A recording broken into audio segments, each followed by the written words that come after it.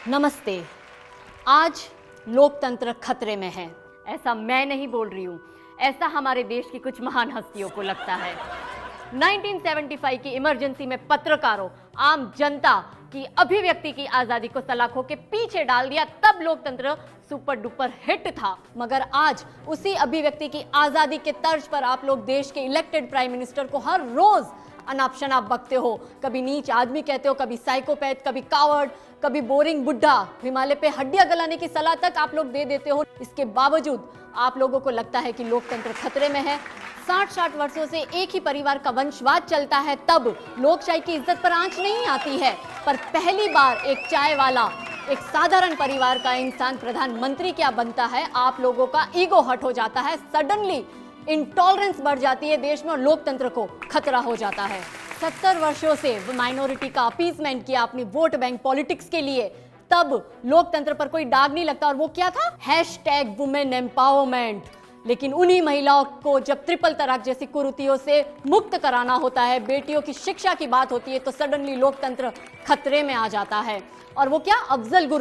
अफजल गुरु की बरसी मनाने से लोकतंत्र खतरे में नहीं आता है। मगर इसी देश में जब हम योग दिवस मनाते हैं तो लोकतंत्र तो जैसे फांसी के फंदे पर लटक जाता है। भारत तेरे टुकड़े होंगे इंशाअल्लाह नारों से लोकतंत्र सेफ रहता है। लेकिन इसी देश की नेशनल एंथम भारत माता की जय और वंदे मातरम बोलने से तो जैसे इनका सीना छल्ली हो जाता है। अचानक से इनको लोकतंत्र खतरे में नजर आता है। वाह! हर रोज, हर दिन, हर साल केरला में, पश्चिम बंगाल में, त्रिपुरा में अनगिनत पॉलिटिकल किलिंग्स होती है, तब लोकतंत्र को कोई खतरा नहीं है।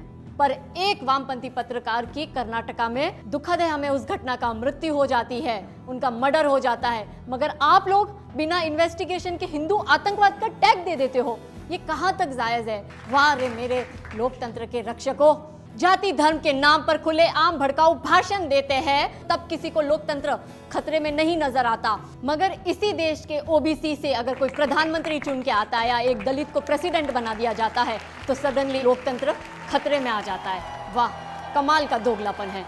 पिक्चर अभी बाकी है दोस्तों। कमाल है ना? 12 लाख करोड़ से ज्यादा के घोटाले हो जाते हैं, पर लोकतंत्र को कोई फर्क नहीं पड़ता। लेकिन 3.5 साल में एक घोटाला नहीं होता और लोकतंत्र को खतरा हो जाता है। याकूब मेमन की फांसी रोकने से, बाटला हाउस एनकाउंटर पर फूट फूट के रोने से, इशरत जहां को बेटी बनाने से, बुरहान वानी को पोस्टर बॉय बनाने से लोकतंत्र को खतरा नहीं होता। मगर कश्मीर में पत्थरबाजों पर पैलेट गन चलाने से या पाकिस्तान पर सर्जिकल स्ट्राइक करने से लोकतंत्र खतरे में आ जाता है।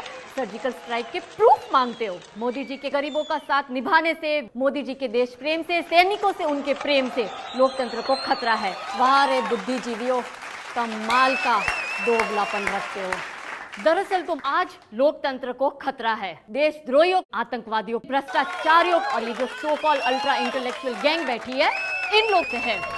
जय हिंद।